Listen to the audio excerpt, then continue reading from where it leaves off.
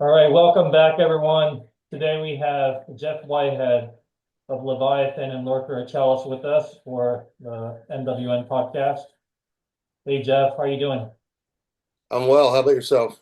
Good, man. Yeah, Awesome. been a it's been a bit since we talked in person. You were in the shop tattooing in Austin. You came into Eastern Front. How long ago was that? Was that like earlier this That year? was that was last November. Yeah. I try to I Time try to flies. Yeah. say again. Yeah, time flies. I thought that was It 2024. I guess it it was. does. It Yeah. does. Yeah. Y'all. I don't think y'all had the little baby yet. No, the baby was born in April, so Right. yeah. Right. Right. Okay. And Okay. I think when you came in, we were just at the beginning of Helios Press kind of getting announced, and we were Right. in the process of buying the building and stuff like that. So Right. yeah, since then we made a lot of progress, and we're probably going to finish everything up by December and open in January. So, oh yeah. So house Right. Well, I mean, I just say want again. I just want to do a quick housekeeping before we get started with the interview. Um, NWN and Helios is having a fundraiser right now, so Right. having a big sale on the in the online shop, and we have some pre-orders up for some interesting records like Vaughn and Blasphemy. So if anybody wants to buy those records, it'll help us Yes. greatly. Thank you. All right, so um, we've known each other forever, but I never really asked you about your teenage years and how you came into the scene and stuff like that. So I figured we'll start there. You Okay. grew up in the Bay Area, right? I did. I grew up. I guess from 10th grade on, so that would be 81, 81, 82. I went to. I was in group homes in the East Bay. And then I always wanted to be in San Francisco. That's where all the cool punks were. So I ended up in a group home in San Francisco right before 10th grade and went to Eugene McAteer High School up by Twin Peaks. Yeah, super into music and super into trying to learn how to skateboard. I ended up, there was a couple of pros that from San Francisco that went to the same high school. I wasn't, obviously, I wasn't good enough to skate with them at the time, but yeah, so I lived in San Francisco and then went back to Santa Cruz around 84 for a year. Learned how to skateboard much better at this little park in the west side called Derby. I mean, anybody who skateboards in California knows about Derby. Moved back to San Francisco, was kind of a couch surfing, indigent stoner skateboarder. Went to quite a few shows. Um, didn't go to all the. I've never been one to go to all the shows, but went to quite a few shows. Obviously, the scene was much different now. Much different then. Um, the metalheads would try to beat us up on Broadway, and they were kind of the Hesher BMXer dudes, and we were like the skateboard punks. Mm. And I always say it wasn't until Eye Against Eye came out until metalheads realized that punks weren't all fruitcakes, you know. So, Yeah, that's interesting. So were you more of a punk rocker skateboarder back then?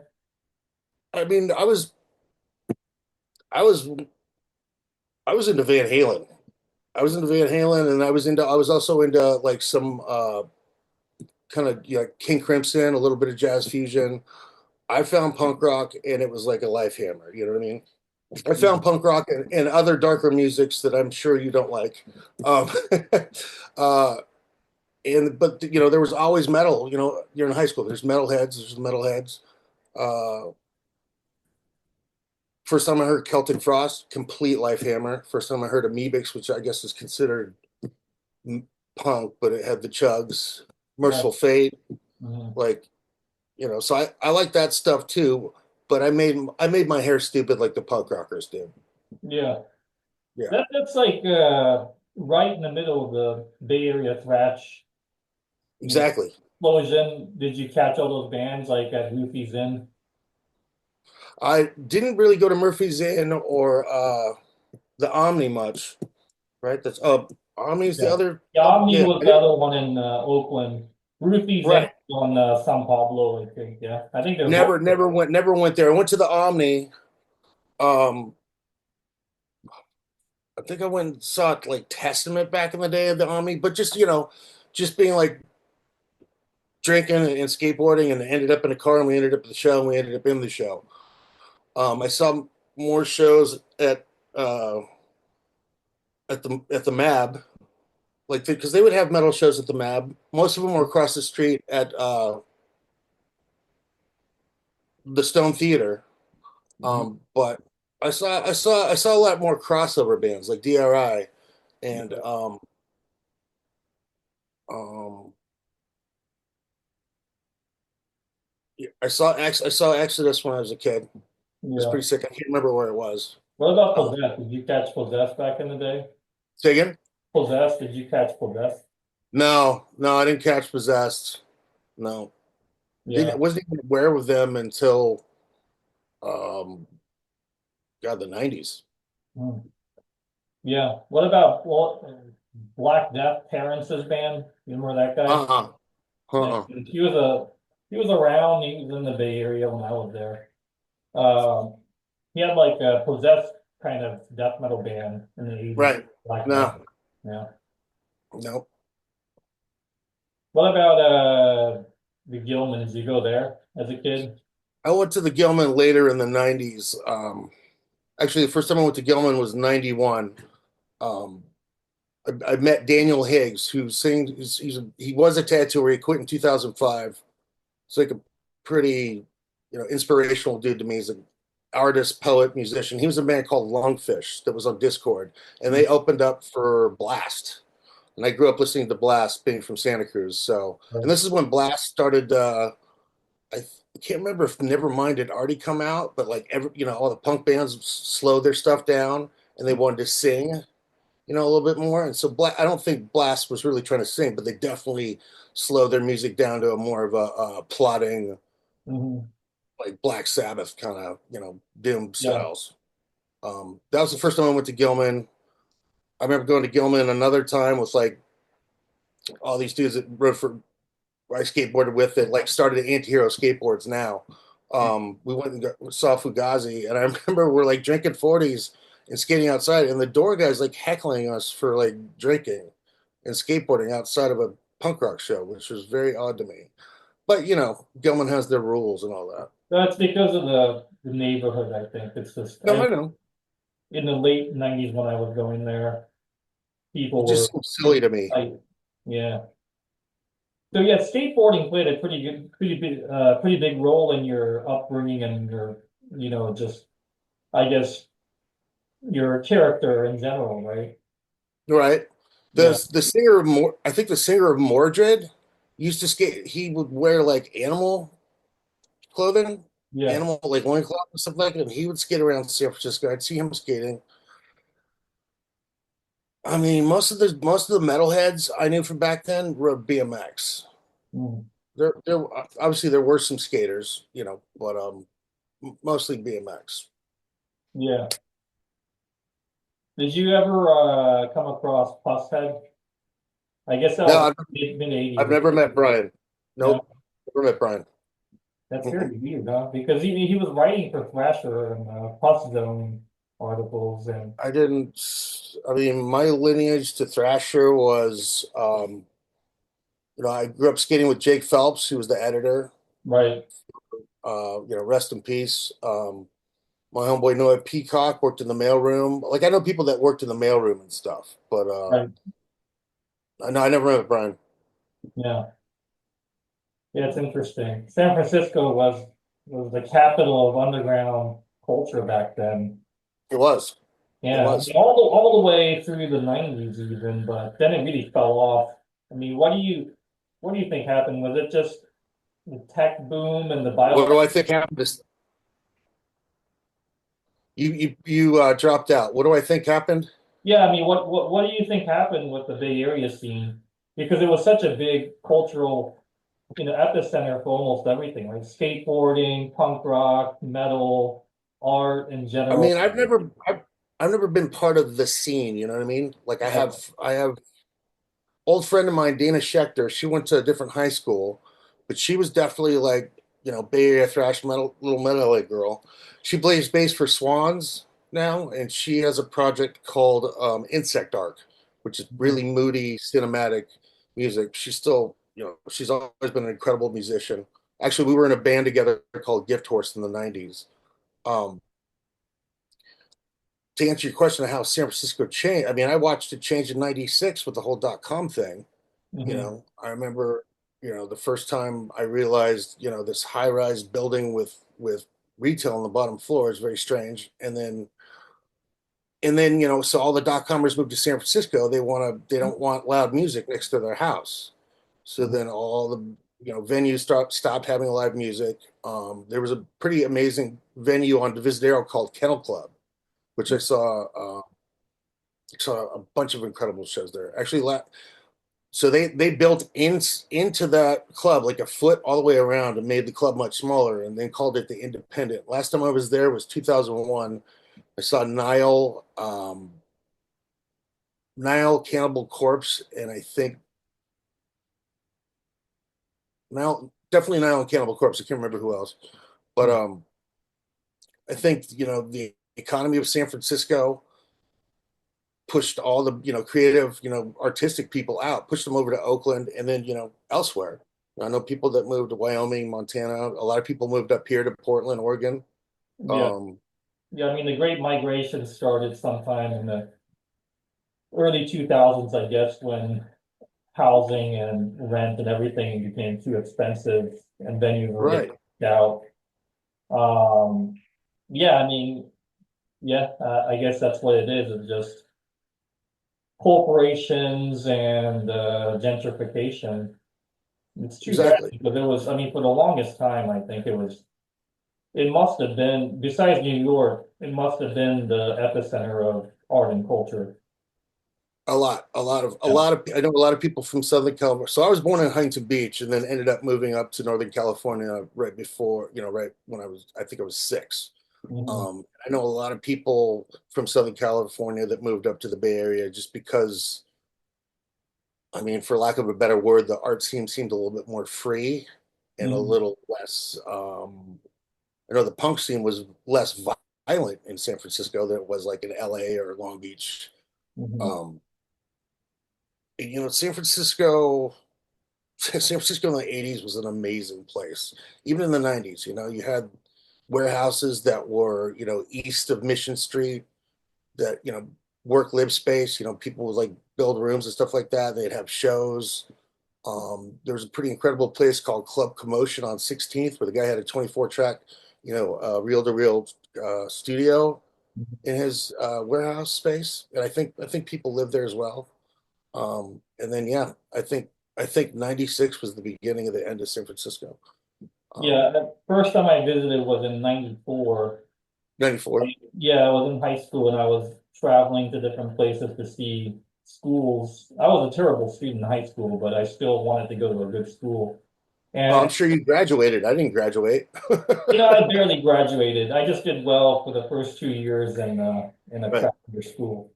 But yeah, I came to San Francisco, went to Amoeba, and basically that sealed the deal, right? Like I didn't even care. The weather was nice, and there was an What Amoeba there what year was that? at school. That was like '94, so yeah. So you went to the one on Telegraph. Yeah, I went to the one in Telegraph down the street Right. from Rasputin's. Yeah, I remember going Right. to both Rasputin's and And yeah, Universal Records was pretty sick on Telegraph back in the '80s. I don't yeah. know if that made it to the '90s, but I don't remember it. When I moved there eventually in '97, there was a Tower Records on Telegraph. There was a right, Rasputin's, Amoeba, and there was right. another like hole in the wall record store where they would just sell used CDs for very cheap. So I mean, there on one I don't street remember. there were four record stores. So Right, after class, I would just go there and just look for cheap ass CDs or whatever. So it was like right. even in the '90s, it was still like a good it was a pretty good place to live and find like-minded people. I think it wasn't until the 2000s that it started to fall apart. Right, right, exactly. I Yeah. miss Amoeba. I miss Aquarius dearly. Mhm. Um, getting to know Andy and Alan. Andy did quite a bit for me and for the underground music scene of all genres in San Francisco and beyond. Just being able to go in there, going in and buying something just because it had a cool record cover. You know what I mean? Like Yeah. not knowing anything about it. Found out about quite a few amazing bands there. Yeah. Getting to know Stevel at Amoeba. Mhm. Um, who knows? I might not have ever even like showed anybody else Leviathan if I hadn't, given him a tape, and then he kind of coaxed me to start selling tapes at Amoeba. Yeah. That was in 2000, I think. Yeah, no, I remember those tapes sitting there for like $5 or something on the display. All dusty. I don't know if it was dusty. I mean, people were buying them, I think, even back then. Yeah. Yeah. So yeah, I just want to wrap up the skateboarding thing because I mean, Okay. skateboarding also played a pretty big role in my upbringing. So I Right. mean, you were involved in skateboarding for a bit, right? Like from the early '80s all the way to From, I mean, late '80s, I guess. I I started loving it in like 78, 79. Oh wow, that's But it OG. was the dude, I'm 56. So it was always the case of you're gonna put your eye out. Like my mom would never like get me a skateboard. She thought I was gonna break my neck. We lived in San Jose, right by Winchester, the Winchester Park. Mhm. And we passed by it all the time, and I'd see people flying up over the fence and out of the bowl and all that. And it always intrigued me. I got a little yellow Santa Cruz fiberglass little banana, I guess you'd call it a banana board, little scooter at a garage sale. And messed around with that in my driveway forever. But then when I ended up in San Francisco that first year, I got a Gator, Vision Gator deck with sure grip trucks and wrap bones wheels. And I went to I went to high school with this pro Tommy Guerrero. Um, I'm sure you Yeah. know who that is. Yeah.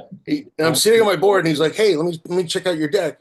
And he takes my skateboard and like does a sweeper to fakie and a finger flip sweeper to fakie real quick, and hands it back to me and walks away. I was just like, and he had just won what would be the first street style contest in San Francisco. So I think I was in 10th, he was in 11th. I think he dropped out that year to pursue professional skateboarding. Um, and then, there was other people that I went to high school with that ended up doing a lot with skateboarding. So like I said, I moved to Santa Cruz, kind of, got my bearings on a skateboard, moved back to San Francisco, skated every day like I got paid to do it. And I started skating with like the top of the pops as far as like San Francisco skateboarders. I entered a contest at the Dish, which is at Hunters Point. This is like 80, 84, 85. The contest is it's on a Thrasher YouTube website. Mhm. I got second placed, unsponsored AM, and then I tied. I tied for second place, and they gave the other kid a board, and they're like, "Just come to the shop." Told me, "Just come to the shop, and we'll set you up." And I went to the shop, and I got sponsored, and it was Concrete Jungle, and the owner of the shop was Ron Posner, who played guitar for MDC back in the day. Mhm. Um, and Chris Cheruki, who used to sing for Cause for Alarm, rest in peace, in New York City band. He was Yeah. the accountant. Jake Phelps was the manager of the shop, and so I was getting free stuff, skateboarding every day, and that shop went under, and I was in bands and stuff like that. I started partying pretty hard, and I think the partying kind of start partying more and start skateboarding less. Start missing the opportunities. Mhm. Um, and so I didn't have a born sponsor for a while, and then a bunch of my friends ended up on Santa Monica Airlines, which was a skateboard company. Anybody who's seen the Dogtown movie, I Mhm. rode for the guy who Heath Ledger played, Skip Inglum, who ran Santa Monica Airlines. and that was a cool ride for a while. Ended up back down in Southern California, and then moved back to San Francisco in '91 and started tattooing. And I'm just like, you know what? I can't really give skateboarding my all. Like Mhm. when you start something like tattooing, you have to kind of eat, breathe, shit, fuck. Everything has to be tattooing. Right. It's hit up Santa Monica Airlines and said, hey, don't you know, you need to send me any more free shit. And I still skated. Last time I skated was probably about 2 years ago, and my body, it's not very forgiving. I have arthritis in my left hip, and so yeah, I'm old balls now, but I still think about it all the time. I'm still in contact with a ton of people that skate. I still, look at it on social media. Yeah, Still dream about it. Crazy. that's weird. Um, Yeah. you were skating. Yeah. Crazy how many people in the underground music scene were just, formed by skateboarding. There's so many Right, people out there, right. similar stories, not like professional or even sponsored, but yeah, it's No, interesting. it Yeah, touched a lot of people, man. I mean, it's just as close to freedom as I think that's why a lot of people that used to skateboard get into building choppers, getting into riding bikes. It's the freedom. It's that yeah, going fast, that being like almost out of control, I'm gonna die. You right. know, it's cool. Yeah, and it's like it's the most independent form of sport that you can get into. You can do it by yourself. I mean, unless Red Bull gets a hold of you, but yeah, Right. Yeah. I'm kidding. But yeah. So you skated on Santa Monica Airlines at the same Mhm. time as Natus, right? 'Cause Yeah, yeah, I got that Natus board on my wall. yeah. Talking about it. That's fucking crazy. I So, skated with him quite a bit. I was kind of like I said, I was kind of on the couch tour on and off. Didn't really have anywhere I had to be. It's kind of indigent. Tattooing is the first job I ever kept. mhm, So I'd have little jobs to get fired or have little jobs to quit. But we'd go to Santa Monica and skate and stay with Nautis quite a bit. Um, Mickey Reyes, and I, Julian Stranger and I, Tobin Yellen, who's a awesome skater and photographer. Um, yeah, last time I saw Nautis was in Hollywood, 2012. A friend of mine had a tattoo shop on Fairfax, and it was between Supreme and the Diamond Store. And so every day I'd see people that I knew from the '80s, skateboarding from the '80s, and got to actually tattoo some of the hot shit new pro skaters. So it's pretty cool. hmm, interesting. So when did you get into visual art? Was that like always a passion for you and it just transitioned into It, it's just tattooing? always been something I did. Yeah. Yeah. Um, I grew up on Marvel comics. You know what I mean? So I like to draw superheroes, monsters, all kinds of stuff. I just like to draw. It's what I like to do instead of the schoolwork I was supposed to be doing. You know what I mean? And Mhm, they'd have to bribe me. They'd be like, "Okay, if you finish your assignment, then you can draw." Um, it's just I've always, I've gone through bits in my life where I wasn't making pictures, but since I started tattooing, it's a constant, mhm. and it's also another form of freedom. Expression. Yeah. What about tattooing? How did you get into that? Did you work under somebody? Tattooing, I mean, as a kid, I always thought they were cool. So my homeboy that I grew up skateboarding with in San Francisco, Rick, I, I think his mom dated Erno Zabadi. Erno Zabadi was a tattooer that I think he's from the East Coast. I think he's from the Philly area. Then he moved to San Francisco and he worked for Lyle Tuttle for a long time. Back when Lyle's shop was on right next to the Greyhound station on 7th between Market and Mission. Um, and there was this Japanese doctor that had the hides of like Yakuza gangsters. Kind of looks like a T, or it looks like a T with legs, but they were just on display at this party at Lyle Tuttle's shop. And so me and Rick went, and it took about 15 minutes before they realized we weren't 18 and we kind of shouldn't have been there. Mm, There was all kinds of wild stuff going on. It was tattooers in the fucking 80s, they're going bananas, right? I was locked in on these tattoos and the strength of the imagery. And that was the first time I'd seen like big Japanese work, right? Which is pretty fucking incredible. Mhm. Um, Even if you're not into tattooing or don't understand it, to see like a well done Japanese bodysuit, it's incredible. And then you learn a little bit more about Japanese culture and what it takes to do that, and who used to get it. And then, obviously when they opened up Japan to the West, they made it a barbaric act, right? But it used to be all blue collar people that got big Japanese tattoos. So, anyways, I kind of meandered, dude. I have ADHD. Um, so I got my first. I was living with this dude, Theo Jack, who's a skateboarder. He's part of the Jacks team, which is like a kind of San Francisco club that they had cuts like colors, just like an MC. It was just mostly dudes that were into skateboarding and made music. Most of the dudes were in bands. It started in Petaluma, and it was like mostly based in San Francisco, and now it's worldwide. So I was living with Theo Jack, and he made a little tattoo zapper out of a slot car motor, and I got a little cross on my leg, and then I kind of had the bug, and so I had him do it again. I got another little thing on my leg, and then I didn't get tattooed again until I was 22. Um, I was living in Huntington Beach at the time, and I was at a mini ramp skating, and this Hesher dude, long ponytail, like fucking Slayer, woo. Um, he was skating, and tattooing came up or something. He's like, oh, I just started tattooing. I'm like, dude, I will give you free skateboard anything. And so I started getting tattooed by this guy. He didn't know what the fuck he was doing. Uh, so I let him scribble on me a little bit. I've got most of them covered up now. Um, and then I saw this video called Frisco Skin and Ink. It's an old Michael Stearns video. Michael Stearns is a filmer, a filmmaker from San Francisco that made a bunch of videos about Ed Hardy and Ed Hardy Shop Realistic. And then he did this one called Frisco Skin and Ink.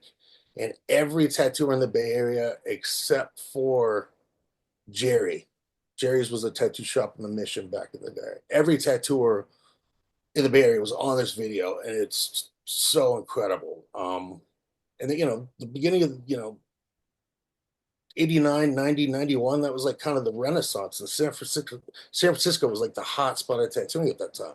You had Ed Hardy there. You had people like Freddie Corbin, Eddie Deutsch moved there from the East Coast. Marcus Pacheco moved there from the East Coast.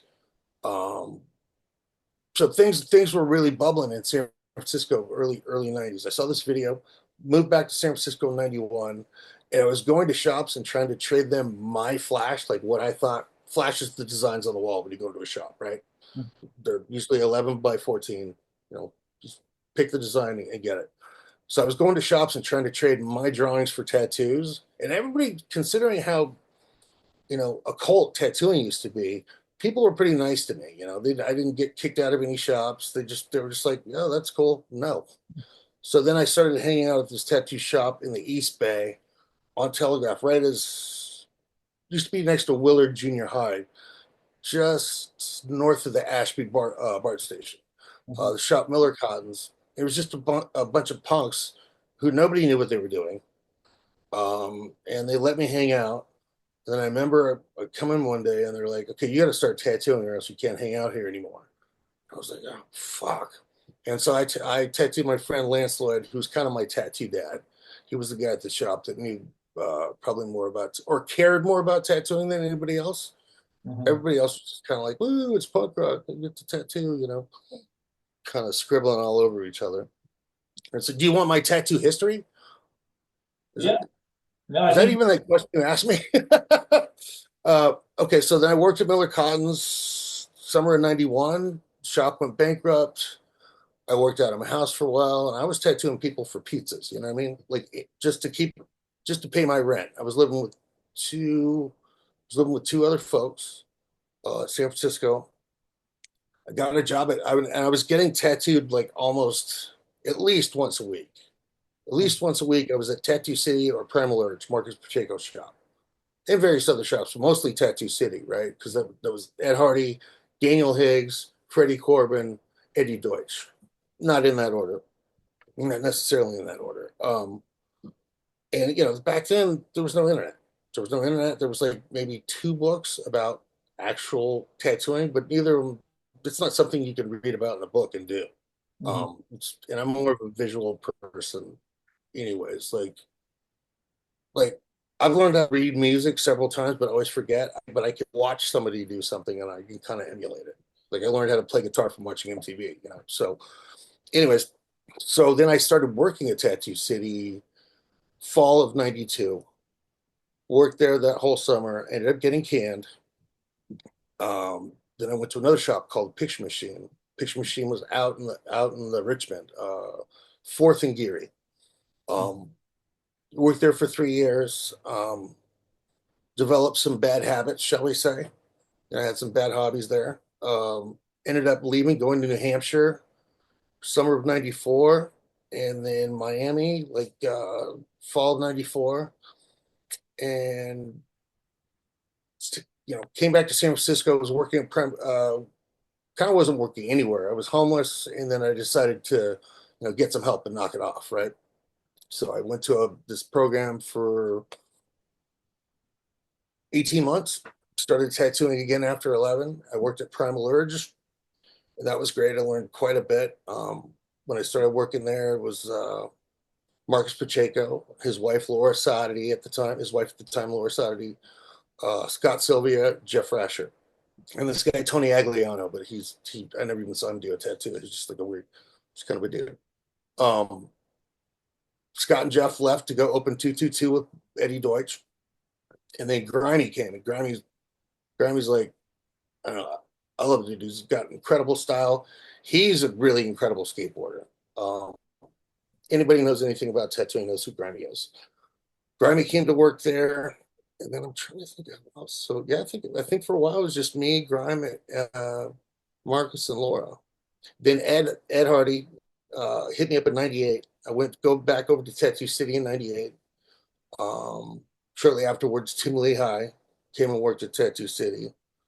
Um, so that was Ed Hardy, Chris Kahn, Colin Stevens, Tim Lehigh, myself for a while. Um, '97 is the first time I went to Japan, which is got the tattoo in Tokyo in a place in Harajuku, I think. Uh, and then I went to a kind of smaller village called Nagoya and tattooed there. And I got tattooed by Horiyoshi the Third. It's the first time I got Irizumi like by hand tattooing. It's pretty incredible experience. Ed canned me for a little bit in 2001, kind of laid me off, shall we say. Hired me back in 2001. I worked there. And then 2004, Tim Lehigh, Scott Sylvia, Jeff Rasher, and I reopened Blackheart in San Francisco, which is, but I met you. I feel like I met you Before when I worked at then. Tattoo City Yeah, because you would come by and give Tim and I records. And that's right. when that's when we did that Sabat 7-inch that opens up into an Yeah, upside that down was like cross. The 2002 or something like that. Yeah, that's when you I painted feel that 666 inch. Yeah, that was Tattoo City, and I remember you coming to Blackheart too, because that's Yeah, what I no, tattooed you you for. gave me this tattoo at Blackheart. Yeah. Did you? You have no idea how stressful tattooing that was. Um, it's a lot of little lines, Yosuke. But yeah, It's let's still go. on I'm honored to do it. Honored to do it. So then, some craziness happened to me or happened in life in 2006, and I left Tattoo City. I left Blackheart. Worked in Oakland at Temple for a while. Left California in 2010, and now I'm in Portland, Oregon, by way of Chicago. So there. Yeah. So you're pretty much self-taught, or did people along the way guide you in certain ways, or give you like technique tips and stuff? I didn't have a proper apprenticeship. You know what I mean, like wax on, wax off kind of thing.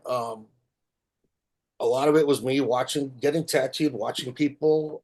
Some people would, like Freddie Corbin's probably in a time where people weren't telling, anybody anything. Those who know don't tell, and those who tell don't know. You know what I mean?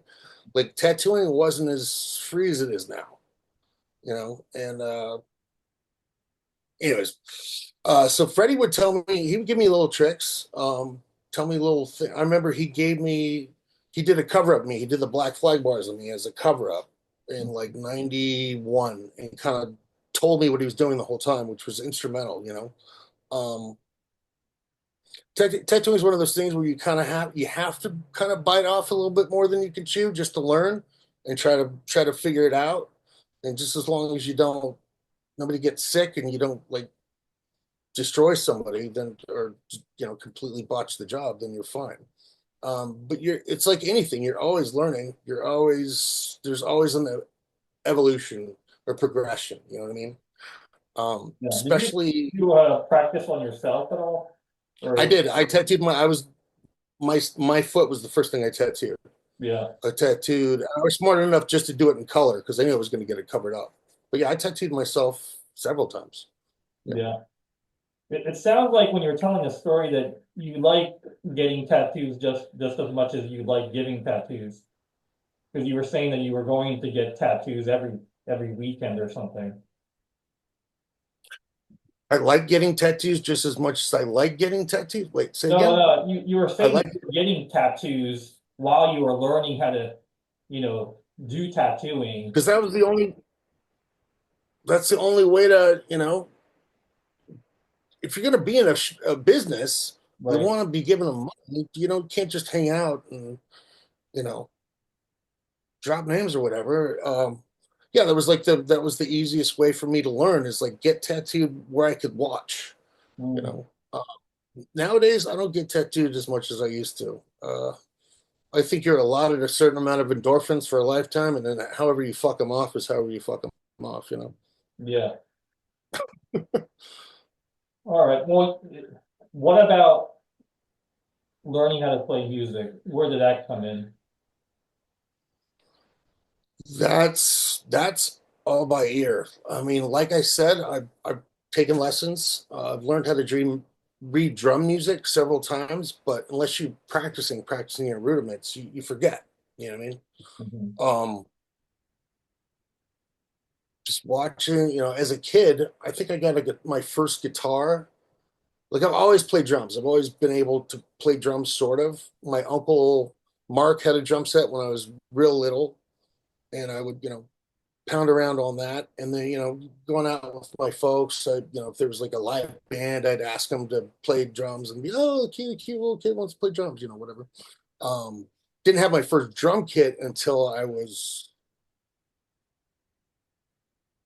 like 17, I guess. Somebody gave me one. I got my first guitar when I was 12. Was kind of making noises, and then I remember the first song I learned was "Hungry Wolf" by X because I figured out the bar chord thing kind of by accident. Not that chord I figured out just on accident, rather than like watching police videos and learning like the stretchy chords. Um, and it kind of just progressed from there. Me and my friend Rick would just try to play like Sabbath songs, but Kill 'Em All came out. We tried to learn all those riffs and just kind of progressed from there. So you've been playing music. Music. You've been Say playing again? music since the early '80s, then, right? Yeah, first band I was in was first band I was in 10th grade. It was called Homebrew. And it was like it was a bunch of dudes that were I think they were seniors in high school, and actually a couple of them I think had already graduated. Um the singer was this really eccentric dude, space Donnie, this kid Donnie, whose mom I think was like a porn star back in the day. This kid was cooked, and he would wear a cape and have a little rose, and he would just read Oscar Wilde as the vocals, for the lyrics. We opened for the Minutemen in like back then at the club called Sound of Music in the Tenderloin, which was pretty incredible. It just happened. It was just and I remember George Hurley he said to me, "Good set." When we were done, I was like, my God. Like I was a big Minutemen fan back in the day. Um, and then I haven't been in a lot of bands. I was in another band called Gasm in the 80s, which is like slap bass. Oh, you'd love it, Yosuke. Slap bass, funky, like punk metal. Hmm. Um, Private, pretty silly private looking flight. back on it. So we opened for Primus. We opened for the Sausage lineup a couple Oh, yeah. times. One time at Berkeley, and then one time at the Night Break in San Francisco. I'm sure you remember that club. Yeah, yeah. Um, played the cover wagon a bunch. That was a good Anyways, gig. That was still around when I moved there. Tuesday night yeah, cover wagon metal gigs. I remember those with yeah, John Cobbett. Yeah, right. Yeah, those were great. that's right. It's the only time I saw Weakling was at one of those things. I think I saw Weakling open up for Enslaved there. Did you go to that that? was before the show I saw. That was '97, I think, or '98. Yeah, That was that was like '98. right after I '97. moved to the Bay Area. They played When Bloodhound enslaved, or something. enslaved had the tunics on. Yeah, yeah, yeah. They Yeah, I had think that's the yeah, first time they came out. yeah, yeah. I remember that. That was great. Yeah, The club was pretty fun to play back in the '80s. Played there quite a yeah, bit. And played there a bunch with that band Gift Horse I mentioned earlier too. yeah. It turned into what was it? It was like a lesbian bar for a bit, and Yeah, they still have that. sissies, Yeah, something like that. Yeah, cherries, lickety yeah, split. I can't. exactly. Yeah, yeah, yeah. That's it. Yeah, and then I it I never. folded at some point. Right. Well, as everything does. There's Right. no somebody was telling me that the Kilowatt's starting to have shows again. Oh That yeah, was always a good place to go see shows. I remember back in the '90s. yeah. There's not But much yeah, as far anymore. I mean, I guess the DNA Lounge is gone too, right? Or is that still is around? it? I don't remember. Elbow Room Oh, is gone now in Oakland. Metro is kind of closed for gigs. They're doing like wrestling or something. Uh, last time I was at the DNA was when Daniel hip tossed that kid on the other girl when Marduk was playing. mm, yeah. I guess she's still trying to sue the venue. From what last time I heard, she was trying to sue the venue. Oh wow. Uh, a little kid with no, drunk kids that comes, tries to put his arm around Daniel, throwing the horns. Daniel didn't even look at him, just hip tossed him. I think they were having a bad set because they couldn't hear each other, but that was a Yeah. good show. Yeah. Yeah. So it sounds like you live multiple lives in one life already. Skateboarding and music, tattoo, Yeah, abusing drugs at different times of your life. yeah.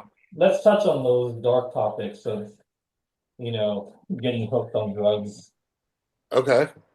Um, well, I don't have any experience with drugs. I've always been straight edge, so not by choice actually, just my I don't have the enzyme for digesting Yeah. alcohol, so You, it never you struck. don't drink, right? You don't drink at I all. can't. It's not that I don't want to. I can't drink.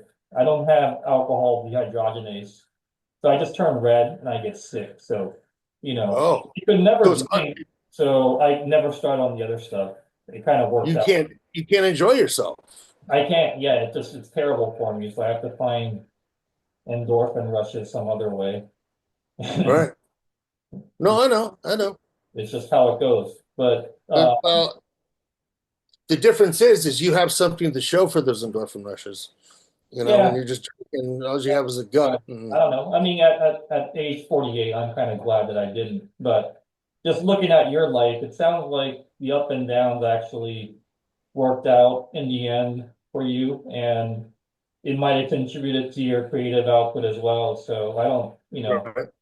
I don't judge people for whatever choices they make in life. It sounds like as long as you're creating something and you're channeling those negative energies into something more positive in life, Right. I think at the end of the day, if it works out, then it works out.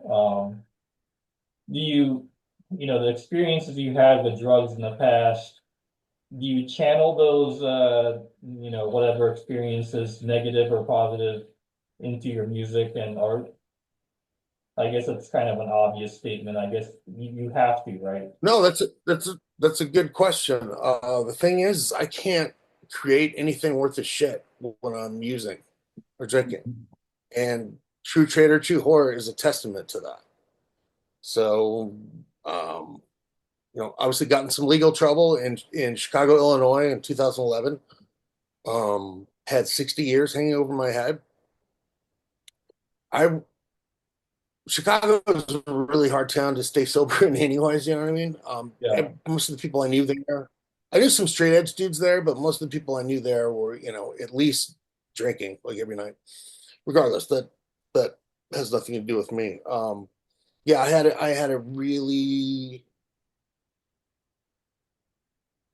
had a really hard time staying sober and under the some circumstances in Chicago. And so I did 6 months in jail, and then when I got out, I hit up Bruni. I'm like, hey, I want to do another Leviathan record, which is insane. I just like I wanted to do it, but I didn't have anything in mind really. I think I had like one song like actually figured out on guitar.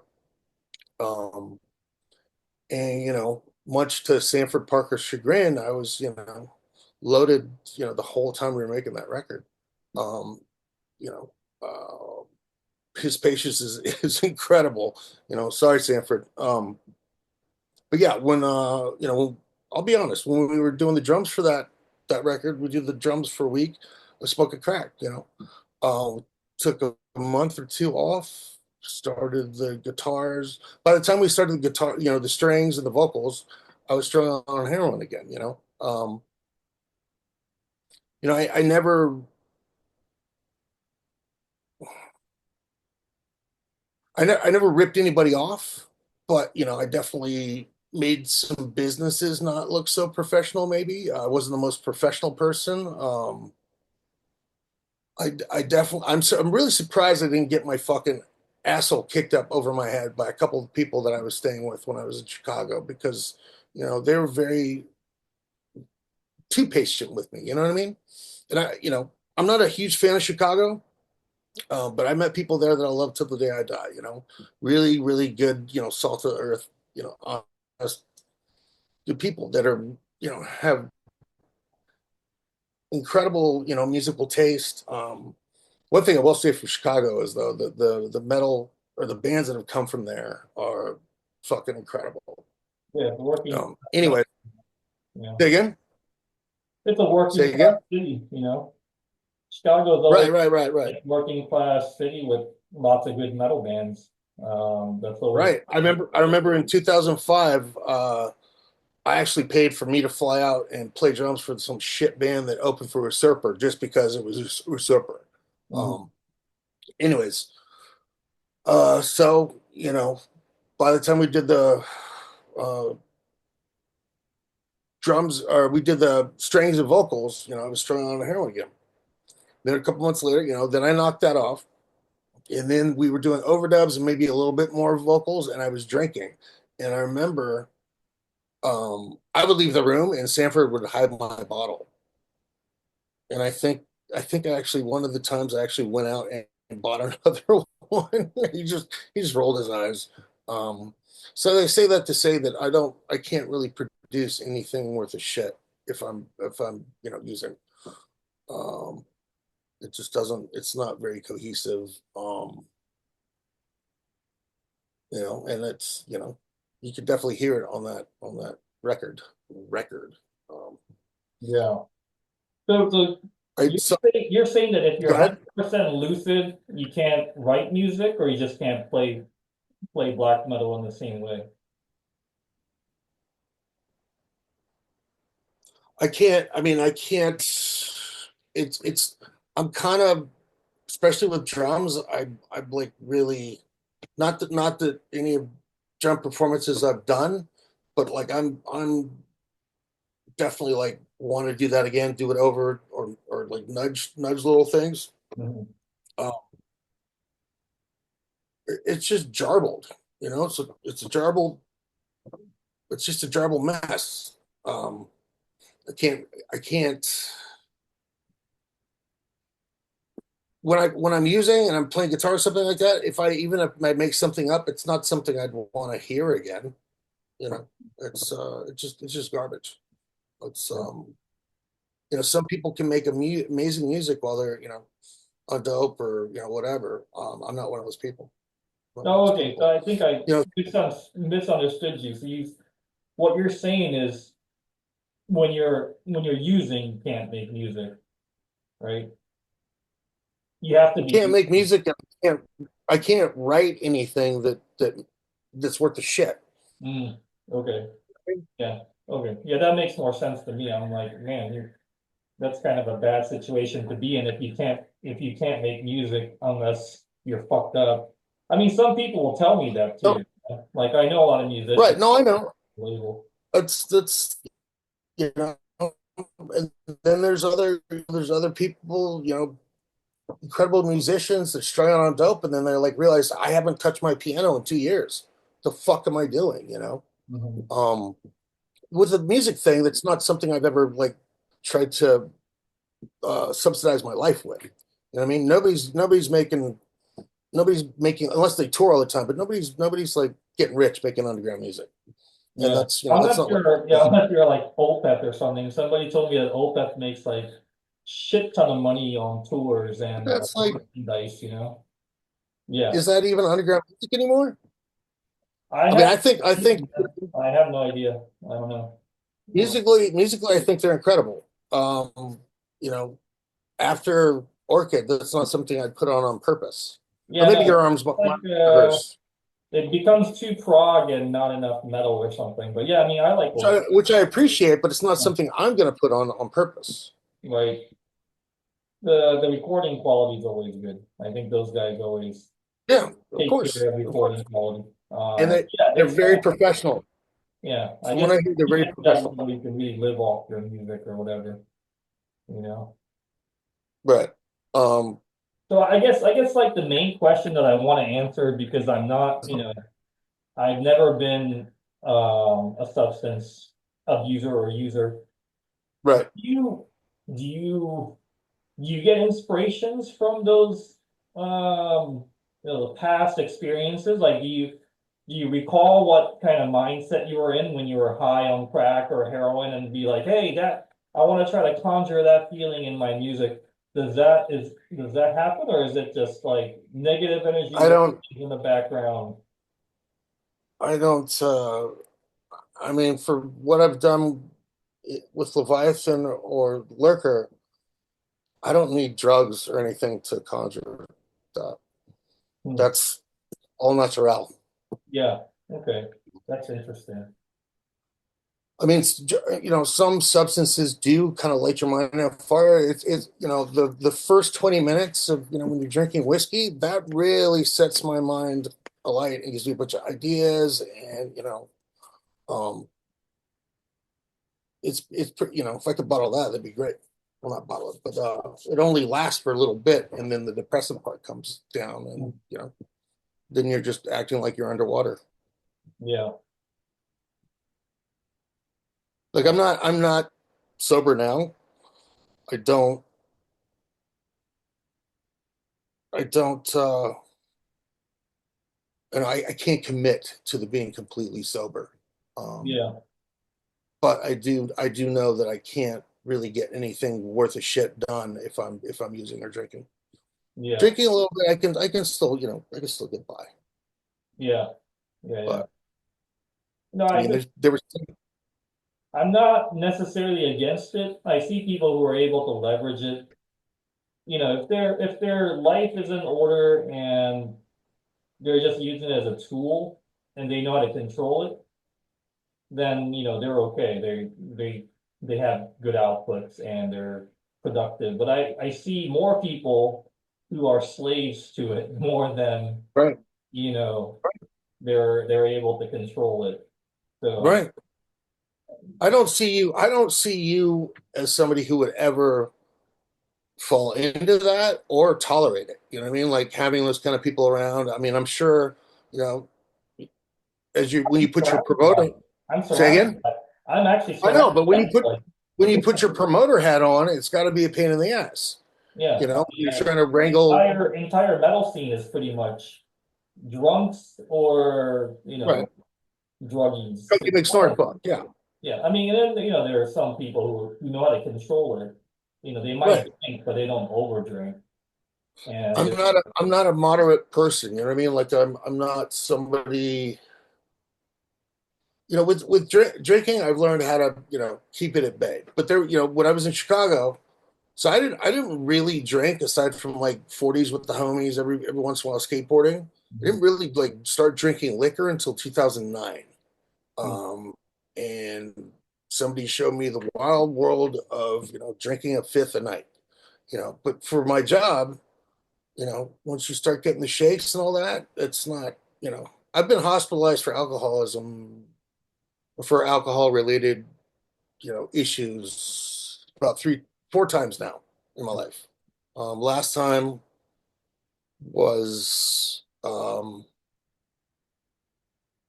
last year for pancreatitis. oh, So yeah, I definitely, and it kind of scares me. You know what I mean? Like I already have high blood pressure and all that shit. Like I'm definitely a candidate to have a stroke any minute. So I yeah, really you gotta have to take care watch. of that shit, Say man. again? You gotta take care of it. I do. Yeah, Um, so yeah, and also having a kid, my kid is 10 years old. yeah. That definitely, it's definitely a kick in the ass. Well, Sleepy dad is not a good look.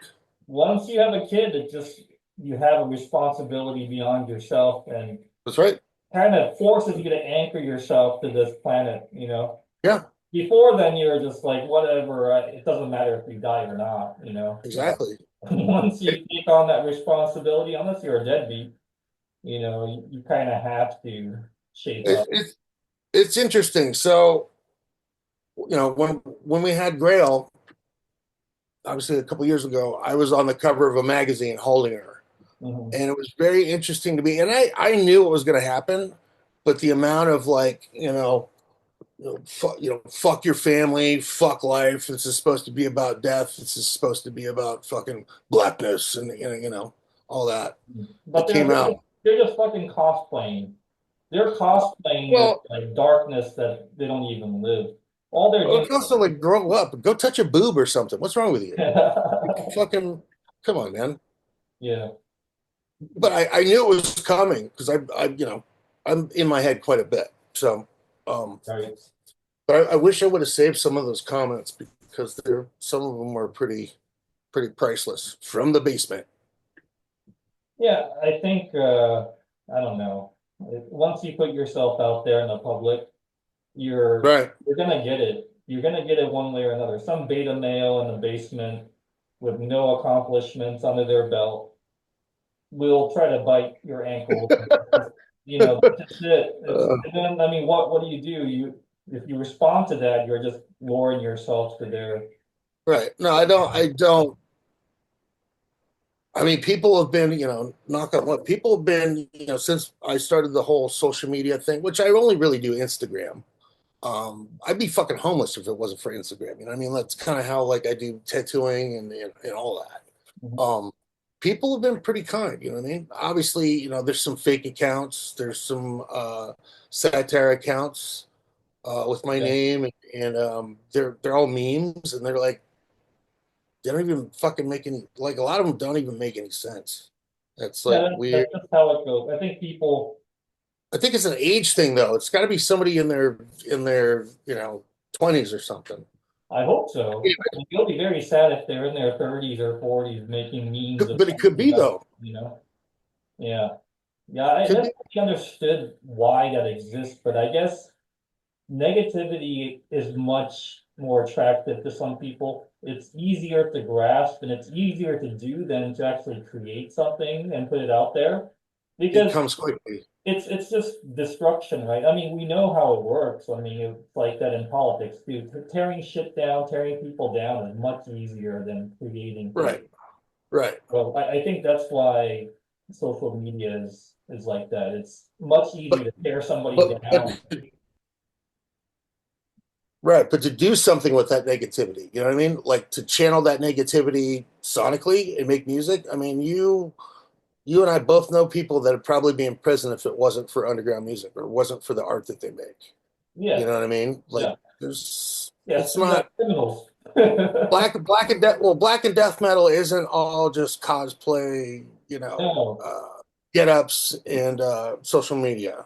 Like No, there's I mean, some there are some real deal dark people out there with, some need to get that darkness out, and good thing they're doing right, it, because otherwise they'll be doing something else that's much more harmful to society and other people around them, right, including themselves. right, Yeah, no, yeah, I'm surrounded by those people just working with black metal, right, death metal. Yeah, right. that's definitely true. So yeah, I guess these these nameless trolls and beta males, what they need to do is to, make shitty black For so- metal or something. Sorry, for some reason, the term beta male cracks me up Yeah, almost every time I hear it. There's something about it, the vernacular, not the vernacular, but like just the way it sounds to me. It's humorous. yeah. Well, you know what I mean. It's just these I guys. know what I mean, and you and I Yeah, have been doing this for a long time. Those, what were those people doing in '98? What were those people doing in '92? yeah, Will they even be interested in anything like this in 5, 10, 15 years? You know what I mean? yeah. Probably not. Probably not. That's why I just ignore. It's better just to ignore. You know? Right. It And is. I Because mean, I know you've gotten your fair share of people coming at you. I yeah, wasn't able to go, but what was it, 2019? You had the thing in Oakland, right? yeah. That's when Antifa was Right. after me for some bullshit. Didn't Fake a posts certain with wrong people or whatever. They'll just come up with anything because they're yeah, looking. but didn't some sissies write like some 9-page thing and put it online or something like Yeah, that? yeah, yeah, Yeah, it's like why? And it's all guilt by association. It's all to me. I think that, and they would never admit it. I think it's a certain amount of jealousy. It's like there's a reason why certain bands are revered. And it's not just because of their politics or some like, what people would call an edgy thing they said when they were, 16, 18 years old. It's because sonically they've made something that makes people feel a certain way. right, It makes and if they really, really, if they really, really love it, if they really, really immerse themselves in it, it kind of becomes part of their DNA. You know what I mean? It's like when you go see some band that you love when you were a kid. You might not have heard them for like 20 years, but you go see them, and it might even kind of choke you up a little bit because that's part of you. It's right. become part of you. You know what I mean? Yeah, Yeah, I don't know, man. It's I always say this to people. I think this kind of social justice stuff that happened, mid 2000s until now, I think they're looking for religion. It's a replacement for religious tenets. religion. Yeah, I really think so. I think Ah, yeah, it's yeah. Oh, I call it it's the secular religion. It's just it's looking for heretics, looking for apostates, hey, looking for people who deviate from their dogma. It's very hey, religious in nature, except there's no forgiving, you know, right, right. there's no forgiveness. It's It's just interesting. all about attack and inquisition. So that's I how, think that's interesting. I think it's also very narcissistic. Um, I mean, everybody obviously has an ego, right? But the narcissistic part is wanting to be seen to be on the right side. Do you understand what I'm saying? Like, yeah, oh, I stand with, or I'm for this, but like projecting that out so everybody sees it, so everybody knows that that person is, wholesome or moral. You know what I right. mean? Um, It's, whereas I know that it's like people calling out a label for having bands that are even remotely NS adjacent. mhm, But I know these motherfuckers have these records in their collection and shirts in their fucking drawer. You know what I mean? But you want to be seen as somebody who's, you know, you call them outsiders. I'm not going to name names, but there's quite a bit, and they yeah, might even I do mean, this. it's basically, like surface skimmers or something. They're just dipping their toe in the scene and then they're seeing the ugliness underneath and then they're freaking out about it. Um, the Bay Area was infested with these people and it still is. Um, It comes Unfortunate. down They, to, they can't they can't separate art from whatever politics they're involved in. And I think that's to their detriment because there's plenty of music that's good on both spectrums of extreme politics, left and right. Like right, I listen to Discharge and GBK back to back. I don't give a shit. right. Doesn't I don't. The thing is, like at Huh, interesting. 48, at 48, I'm not gonna get my politics from my favorite bands. That's just retarded. Or social media, or social Right, media. right. It's just silly that people think that artistic expression carries some sort of a special spell that turns somebody either into uh communist or a Nazi or whatever. It's like Those are my politics did not come from the band's t-shirt or bumper sticker or something. It's ridiculous. It's a ridiculous notion that right. people try to push on everyone. It if you watch a movie about World War II, does that make you a Nazi? It's Depends on who you're asking. I guess so. It depends on who you, I Yeah. mean, that's a good point. That's a good point. You know, obviously, certain things are said by, young people, and some people want to be edgy. You know what I mean? It's just like Sid Vicious and the swastika shirt. It's like attention. But I think there's a real big difference between ideology and you know art. Yeah, Um, I yeah, mean, music is political in just because it's art, but I think there's a huge difference between the musical expression and how you feel the world should be. yeah. I mean, at the end of the day, none of these people have any political power whatsoever, or power of any sort, or even an apartment or something to themselves. It's very silly to you, just I don't know, just to give them so much power. You know, like What do you mean power? Like social media? Like well, no, I'm to not saying that. I'm just saying like there's this notion that, let's say Burzum or something. Burzum is so dangerous, but he's just living in the how countryside. so? I don't know. How Because how is dude dangerous? the guy has right-wing views or whatever. So, um, Don't listen to it if you don't like it. Don't yeah. listen to it if you don't like it. Well, I guess my point is, what political power does this guy have in the world? Nothing really, you know. Somebody with let's say like my neighbor is a CEO of a company. That person has even more political power than Bard will ever have. Right, right. I don't really understand why these I uh think these I kids think give it so much power.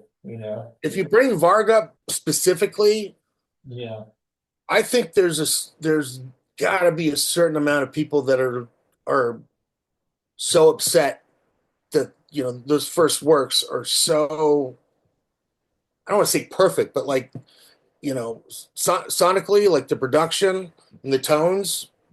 I know people that don't even like black metal that love Philosopher. oh Like yeah, for some reason, the way he does the vocals, it's almost like we talked about this before. Transylvania Hunger. It's all one beat per minute, right? So you even said it could be like a trance record. I yeah, mean, there's something sonically that goes beyond just the genre. Riff wise, I think a lot of people are upset that they aren't able to create such stripped down, almost perfect riffs. You know what I mean? yeah. I Like mean, especially if it's like and I listen to a lot of them. I still haven't found an Antifa band that's worth listening to. I've gone out of my way to look. I mean, It's all ex hardcore kid. Oh, you mean black Sounds metal? like ISIS. It sounds like ISIS with blast beats. It's annoying. Yeah, but you're talking about black metal that's more aligned with Antifa. Yes. Yeah, yeah, that's true. I think there are plenty of Antifa aligned old punk and hardcore that's very good, you know. Right. Talk But about black. yeah, with black metal, no, I think I don't know what it is. Maybe it's because they're thinking about politics way before writing good music or something, or maybe they're just not listening to enough music to come up with something good. I don't know. Whatever the case, yeah, I haven't heard any good uh far left black metal yet.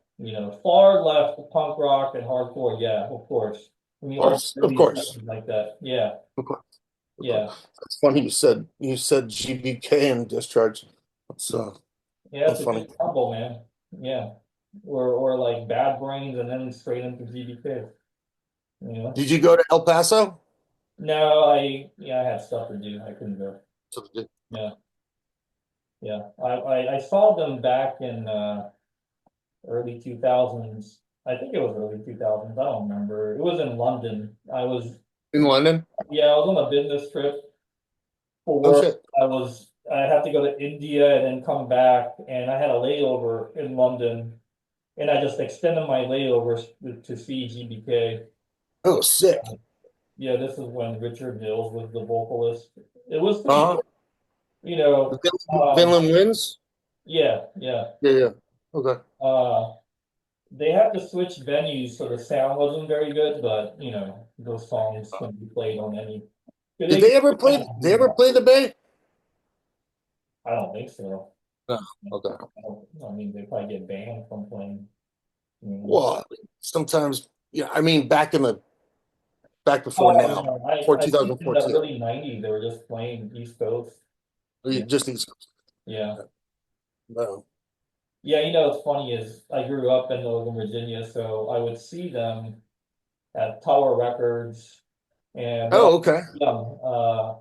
I was a couple of years too young, so I couldn't go to the gigs. And I was an immigrant. I couldn't get my work visa. So I couldn't work, which meant that I couldn't get a car. And all the venues were in like Manassas and places like that, Oh, okay. too far away from where I was. Right, right, right, right. There weren't any public transport out there. So I couldn't go to any of the gigs, but I would see, flyers, deceased gigs, and take Right, right. DBK, Argus Wind, like all these bands were playing a lot when I was growing up there. Okay. Unfortunately, I didn't get to see any of them because I was too poor and too young. Right, right. Yeah. So I don't know. I know this might be a touchy subject, but let's talk about your fan base because somehow I guess it's maybe because of your tattooing or maybe because you have ties to the skateboard world or something, but you ended up with a bunch of fans that are, more on the punk rock hardcore side, maybe like indie rock even, you know, basically outsiders. They're not like the blue collar death metal or black metal guys, although you have some of those fans too. But I see who's Do buying I? records. Do I? Yeah, you do. Yeah, Yosuke, you do remember that you told me that 10th sublevel just sounded like bad Burzum, right? I don't remember that, but I stand by that statement. Which is fine. Which is fine. Well, no, I mean, you're somebody whose opinion I respect, and so it's fun. It was fun, but I I definitely think your understand. I layovers definitely were under. better. You say again? I think you got better over time. That's I mean that's actually better. Oh, I Better if mean, you it was project. it was a super surprise to me to hear that you dug anything about Lurker. Lurker's a trip because it's something that it's something I always wanted to make. Um, I really, really, really dig a lot of funeral doom, and I really dig a lot of death rock, not goth. There's a difference to me, death rock. And Yeah, no, so I've grown to like a lot of death rock and even some, something that you would consider goth. So I'm a Okay. skimmer goth rock fan Dude, now. it happens. It happens. It happens to the best of them. Yeah, Um, yeah. so you asked me about my fans being more Well, I guess like I don't want to insult them, hardcore indie. they can like whatever they like, but I've always thought that it was weird because you're a metal guy, but you attracted a lot of outsider people, you know. Well, there's a lot of other things in the stuff I do that's not just straight, black metal. And then, But I've been told, I've heard this for a long time. There's a lot of outsider kind of music that's strewn in there. I mean, anybody who's listened this far to me talk obviously understands that I'm kind of scatterbrained and like, duh, duh, duh. You asked me about France, and I'm trying to talk about, yeah. Poland. Hmm. So I think that seeps into the music. To me, if it works, like sonically, to as a song, if you there's a part in there that's different, dissimilar to what's before it, or even genre, and then it leads you to another place, that works for me. Trying to adhere to a genre box is not something I'm interested in. Um, Right. I wouldn't I wouldn't call I wouldn't call Lurker black metal. I wouldn't call anything since massive black metal. Um, but it's not up for me to say. It's up for the listener to decide if they need a little genre box. As long as they don't put me in that DSBM thing, I'm fine. I think you get placed. That's the fucking dumbest, you know. Read my fucking lips. DSBM. Nobody who fucking makes this shit calls their shit DSBM. Yeah, I don't think the dudes from. I don't think Lunderman from fucking Bethlehem calls it DSBM. probably not. No, it's I don't. metal. Say again. He calls it dark metal. Dark metal, right? Exactly. What DSBM? That has to be from some music writer. I think it's Anyways, it's just irritating. It's yeah, it's like a post 2010 YouTube comment type thing, right. you know. I the back to the fans. I when people first asked me to tattoo the Leviathan crescent on them, I was super reluctant. I tried to keep tattooing and the music thing separate. I tried to obscure my identity a little bit. It wasn't until Tim Lehigh and I did the Twilight record, that super deal with Southern Neil Warrior. Krieg and some other, Scott from Zastor. Um, Revolver magazine outed us as like Tim Lehigh and Jef Whitehead, professional tattooers working yada yada yada. Um, and then now it's like I don't. It's all me. So why keep it separate? You know what I mean? So I say that to say I do a lot of the moons on people. Like every time I take a trip, Mhm. I tattoo that on a lot of people, and I'm honored and I'm grateful. If that means that much to them to get that like on their body permanently, that's I mean, that's crazy to me. When I really think about it, that's nuts to me. I have some band tattoos, like I have a blast tattoo and a bomb tattoo, black flag. But having that, being able to put that moon on people is, it's an honor. A lot of the people that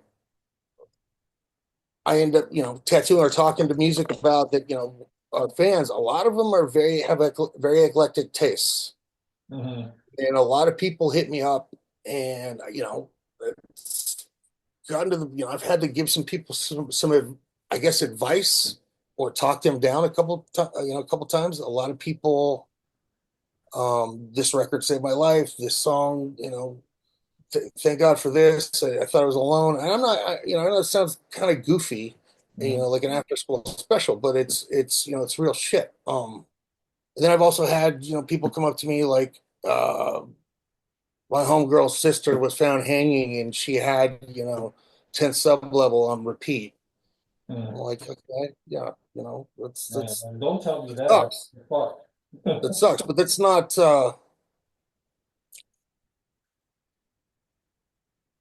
That stuff is kind of like doing your homework or doing your, self work or whatever out loud, kind of. You know what I mean? It's Yeah. not really pro. Maybe at the time, maybe it was pro. At the time, maybe it was you know, fuck you all, kill yourselves. I don't have that space in my head now. Obviously, I'm still have anger issues, but if it's helped anybody in any way, um, I'm honored, and that's people don't get into this dark underground music because they're well-adjusted people, and I don't think well-adjusted people make good art. Not that my art's good. I'm Uh, just you know um, yeah. I mean, I I think think you're right. I Yeah. think black metal is, among other things, very cathartic.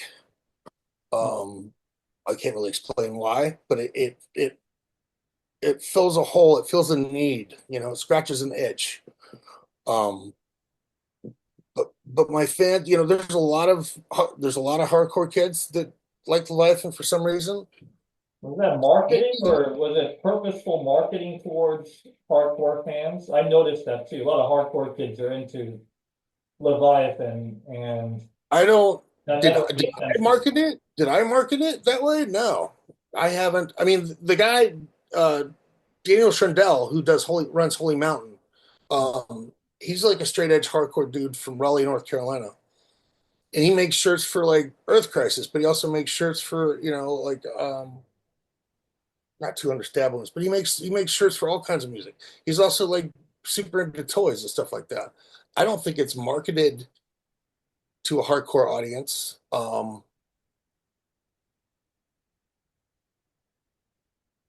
Yeah. mean, explain more. How is it marketed to a hardcore audience? I think Well, just a lot of I hardcore think kids it like was it. probably because you gave interviews to these bigger magazines like Revolver. The association with Southern Lord got kind of co-opted. I mean, he's always been a hardcore guy, right? Wasn't he Not embraced? Greg, yeah, yeah. Yeah, yeah. So But now he's yeah, I mean the label is pretty much like a hardcore label now. Southern Lord. They started out hardcore as Jason, hardcore crossover. yeah. That I mean that kind of new thing with the entombed guitar sound. It sounds like you're playing your guitar through a bass amp or I playing your have no guitar idea. through. I don't really follow that scene whatsoever, but they work with that the Uh, other I shit. mean, sonically, I like it all. Uh, I like Greg. Greg and I get along. He's fun. He's super into Blast. I fucking, Blast is part of my DNA, like it or not. Um, I love his old band, Andrew Kid. Mhm. Really good shit, but it's not something I think you would enjoy. Who knows? Um, I don't know. I mean, I like punk and hardcore at stuff. the end of the day, dude, at the end of the day, it's heavy music, and I know a lot of work's put into that label, a lot of work's put into those bands. Mhm. Um, I did some vocals on a Sun record, which was actually really fun. It was like it's like a tremolo picking run that was looped, and it's weird because I'd heard it before, and then they asked me to do it. I'm like, oh, can I do it on this track? And they're like, that's the one we were going to give you.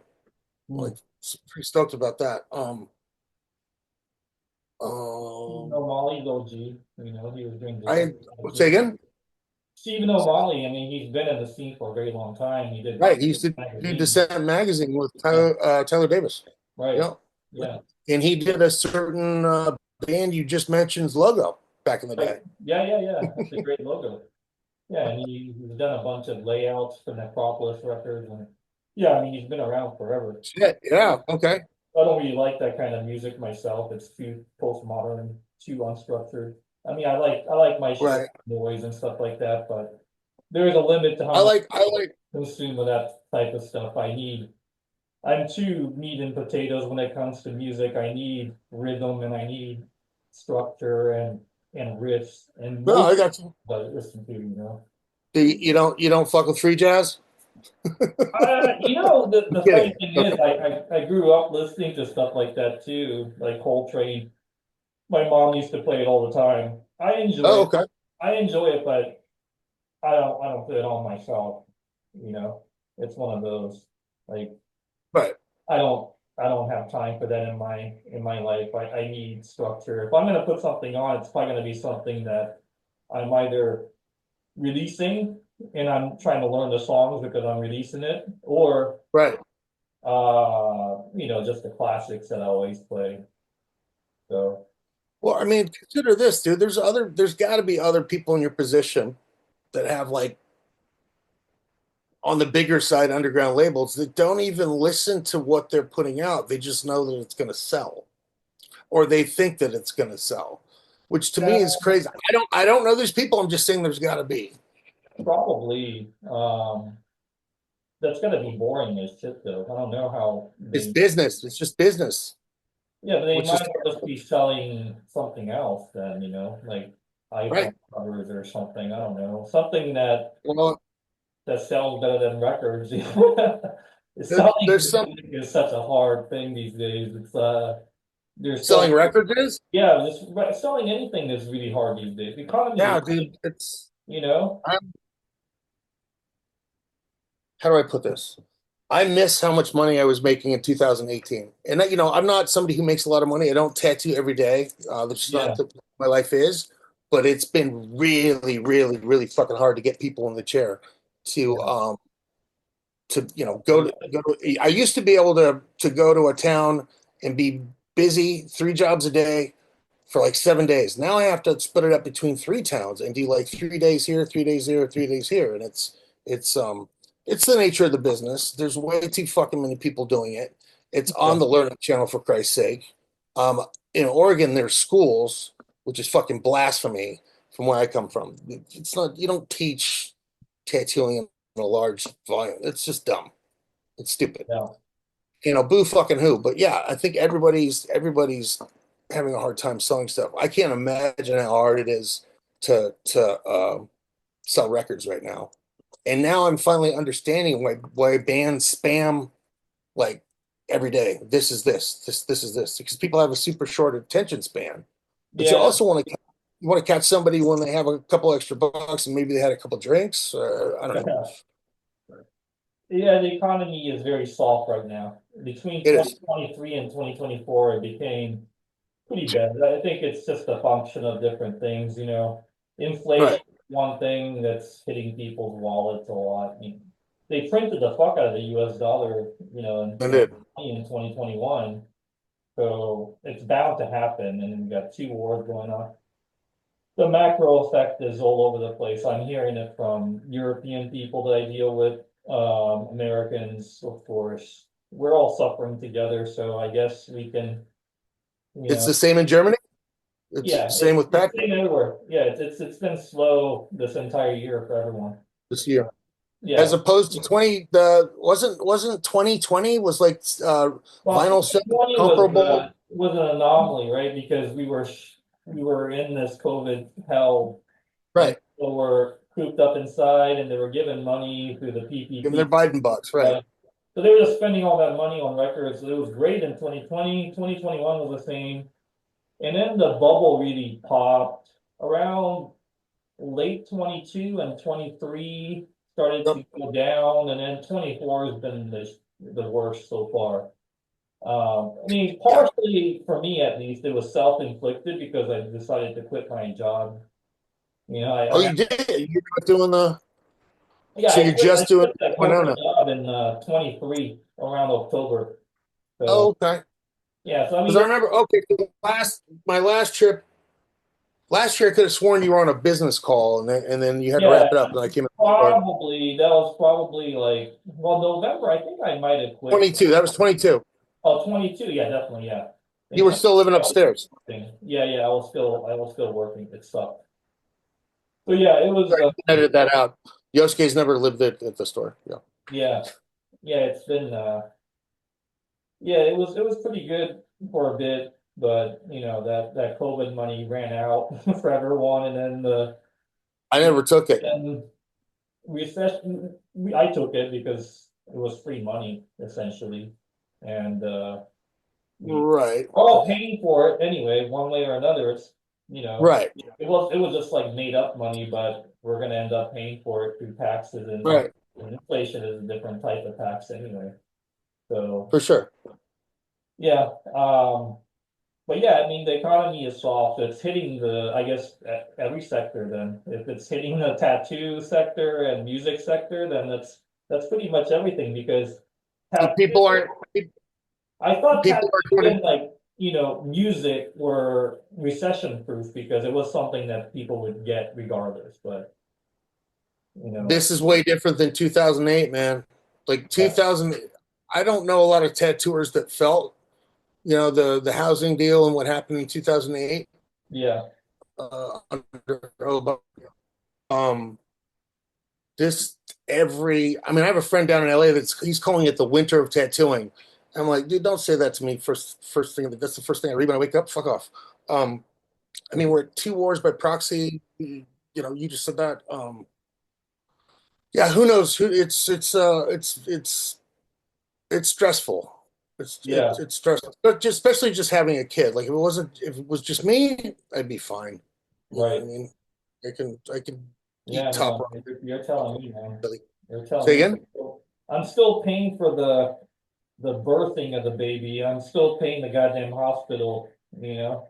The US health Wow. Okay. is fucked. Yeah, I mean it was thousands of I think it was like over $10,000 or something. Like just to birth Jesus. the child. Okay. Yeah, no, it's bullshit. Okay. Insane. How's the thing coming in Brady? Is it Brady, Texas? Yeah, yeah, that's coming along. And that's part of my, self-inflicted wound, so to speak, to my finances because I took all of my savings and all of my retirement and extra cash out of NWN and dumped it into that. Really? Well, I mean, if I hadn't done that, then I could have done more records and the business would be probably doing better. But it's Right. investment for the future. It's going to come back stronger than ever once we're able to press our own records. So we're getting very close. The mechanical contractors just left. They pretty much installed everything. Okay. We're waiting for the electrician to finish.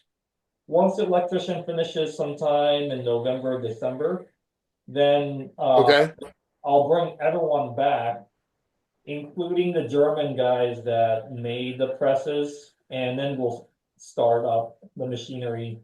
Basically, You're gonna have the entire system works as one unit, and okay.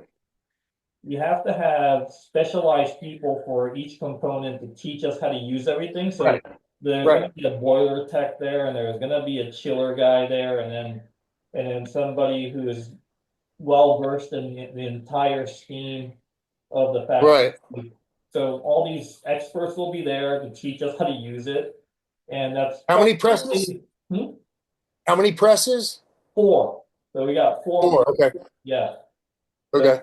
the Dude, press. that's exciting. You have to learn how to use the presses, but more importantly, we have to use the entire infrastructure together in unison because Right. Right. Right. Right. fine balance between the temperatures of the chiller and boiler and the ambient temperature in the room and all the factors Okay. need to be adjusted uh, Right. for the record to sound good.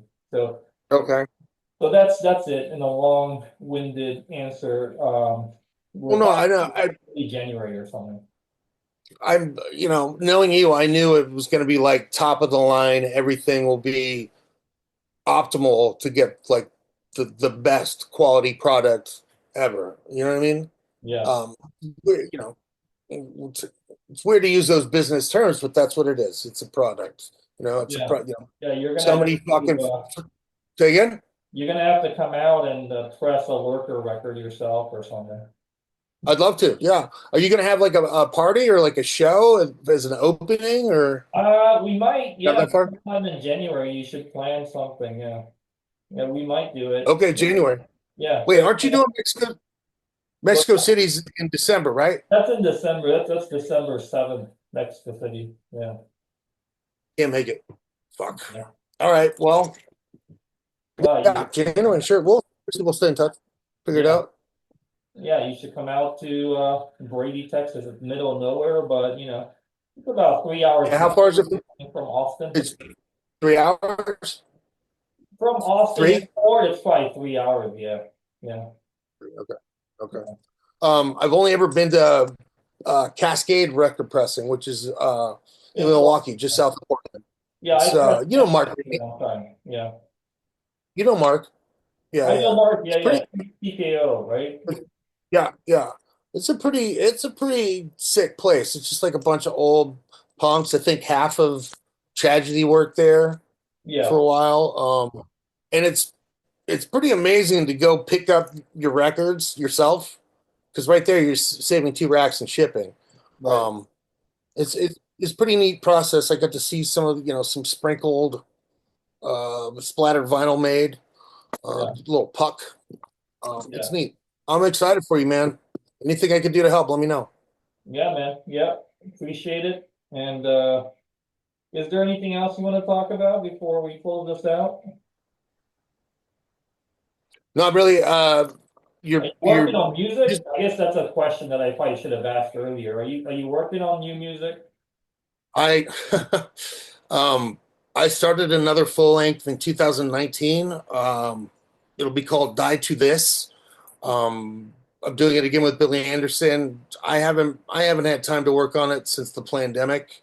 I really just the way my life is right now. It's like when I'm here at home, I'm painting and doing art. Then I take my trips. But then I also have a 10-year-old, and yada yada yada. Um, I hope to have it finished. I don't think I'm going to be able to have it finished this year, but I definitely going to be out in 2025. Um, Good. doing it with Chris again. Um, it's just like when I'm writing or trying to do stuff, it either sounds like something I've done before, or it just sounds like filler. Basically, I just need to like force myself to make time to play guitar more. Um, Yeah. but Will yeah, you ever make more Lurker of Chalice, or is that like there's, a time and place thing? I mean, most of that stuff is seeped into you know Leviathan. There's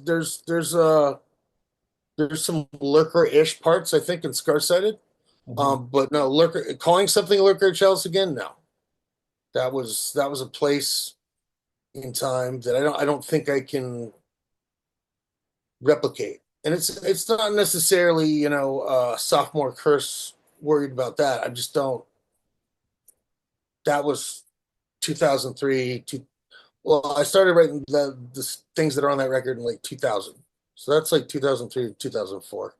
Hmm. Uh, and I think I have like a couple tracks that haven't been released yet, but I mean, I can send it to you because when I first started it, there was a lot of like new wave of British heavy metal, like power metal vocals in it. I'm Hmm. not a very good singer, so I could send it to you and see if you think it's worth releasing. But a lot of it was like tongue in cheek, Yeah. uh, in the court of the Crimson King Diamond, like just kind of silly. So, um, but as far as like a new release, like the self-titled record, no, no. There will be some like lurker-ish elements in the new Leviathan though, for sure. Yeah. Sounds good. Um, any other final words for us? No, I mean, but, thanks for listening and support support Helios Press. We got to get this thing going, Yeah. up and running because hopefully 2020, hopefully next week and then 2025, things are going to start getting better. So we'll Yeah. see. When are you coming to Austin? I'm there the 15th to the 17th Okay. Of November? weekend of November, the weekend, yeah, and then I'm going to Dallas. What? Let me see. We have a gig here. Let me just see when that is. Oh, really? 16th Oh, November. Yeah. where? It's in the city. We set up a gig for Oxblood, which is an Oi band that we hang out Okay. with. Siege Column and Last Ditch, that's another punk band from out here, and True Iron Will, black metal. but it's like a mixed I know bill. True Iron well. Yeah, Yeah, I'll try to, remember that the giant Englishman I brought in, Steve? yeah, I'll try to get him to go. yeah. Yeah, I don't yeah, even know where good. it's gonna be because we lost the first venue. But I'll let you, Oh, okay. I'll just text you the address. It should be a pretty small gig, but it'll be fun. Okay. Karina and Ian, I'll try to get them to go too. Oh yeah, Sure. they come into the shop. I know. I Yeah, know. cool people. I think Karina's Yeah. tattooing these days. Karina's tattooing and Ian's in a bunch of sick bands. Super talented dude. Yeah, yeah. I remember him in Demon Sea when they played my All festival right. in Berlin. Yeah. Right. Right. I saw Oh, I I saw him with Demon Sea in 2016. It was oh like yeah. it was like Warp Vomit dudes, him and Robert. Yeah. Yeah. That was the best lineup in my opinion. That was Best live lineup. Yeah, I think that was a live lineup, right? I mean, I've seen him a bunch, or I've seen him a couple times where Robert wasn't singing. I always like it a little bit more when he's doing Oh, vocals. I didn't know that he played without doing vocals. Yeah. No, I mean the Oh time. yeah. I mean, there's that whole. Think there's a whole record in 2004 with some bald dude was doing vocals. Because Hmm. I met him in 2004. They played with Antias and Krieg and other bands. I can't remember. But yeah, he was just playing drums. And then in 2005 at Gathering of Shadows, he was just playing drums and he had another dude singing. Oh yeah. Yeah. Yeah, they played my festival. That was one of the best performances of that night. Demon Sea I mean, playing. when they're on, they're sick. Yeah. Well, where was that? That was in Germany? That was in Berlin, yeah. It was where? Berlin. Berlin. Okay. Yeah. Sorry, homie. I have no hearing in my right ear, so that's why I'm like, huh? Grandpa Styles. Yeah. All right. I think it's been about 2 hours, so we'll end the Has session. it? Yeah, I think Yeah, so. yeah. Okay. I'm going for 2 hours now. All Um, right. how do you stop recording? Oh, yeah, here it is. Well, dude, this is a big honor for me. I appreciate it. It's not something I would have ever thought you'd ask me to Yeah. do. Happy Is to this do it. your first Zoom type of interview? Have you done interviews? Absolutely. Really? Wow, I had no Yeah. idea. I figured you'd be People, asked all the time. people ask me all the time. Oh, yeah? Okay. How Well, then do you, I'm the one who should be honored then because you said yes to me. That's pretty listen, awesome. after the shit with Moribund and Yeah. then the incessant, licensing out to latest was Osmos, you know, who I understand European people, they bought a license. To them it's just business. If I have a problem, I got to go back to the label. There's Mhm. nothing. The last I heard from Odin, he wants me to scrub the internet of anybody talking negatively about Moribund. It's like, dude, how the fuck would I do that? Yeah. I'm like, I'm gonna search Facebook for Moribund and Yard Duty, whoever's talking shit. I mean, I'm surprised that people still work with them. Anyways, I say that to say I don't want to work with anybody I don't know personally. I've Yeah. known you for 20 plus years, and I've known Chris Bruni for 20 plus years. Mhm. Um, and Danny does the gear and stuff. Holy Mountain Printing, Holy Yeah. Mountain Printing. Um, I met him, or I didn't meet him until a couple of years ago, but he hit me up in 2013. He's done so much for my family and I. It's been incredible. Great. So there's we both know there's a bunch of fucking shitbirds in the scene, or the underground music business. Mhm. Um, which I'm not. You've been doing it and dealing with every fucking label under the sun for decades. I don't like. I remember after a certain, I think they're from Holland. Mm. After a certain label reissued like a box set or a cassette box, it was like a cassette CD box. You hit me up. You're like, I can't believe you're working with this dude. I'm like, dude, I'm not. It gets licensed because Hammerheart, it's. I don't remember. For the funeral Say industry. again? Was it funeral industry? I know. No, it was Hammerheart. Hammerheart? Yeah. I mean, you can edit this out, but you're like, I can't believe you're working with Guido. I'm just like, dude, I don't know these people. They buy licenses. He was actually cool enough to send us 100 of those boxes for free. Most labels just tell me to fucking, kick rocks. Like, hit up Odin and Moribund if you want need copies or, like they don't even send me copies, dude. Yeah. Which is, it's what it is. I signed the contract, but still, it's like, I had somebody else from a bigger underground label look at the contract, and this label's not necessarily. Anyways, I had another somebody look at the contract. They're like, "Wow, this is fucked."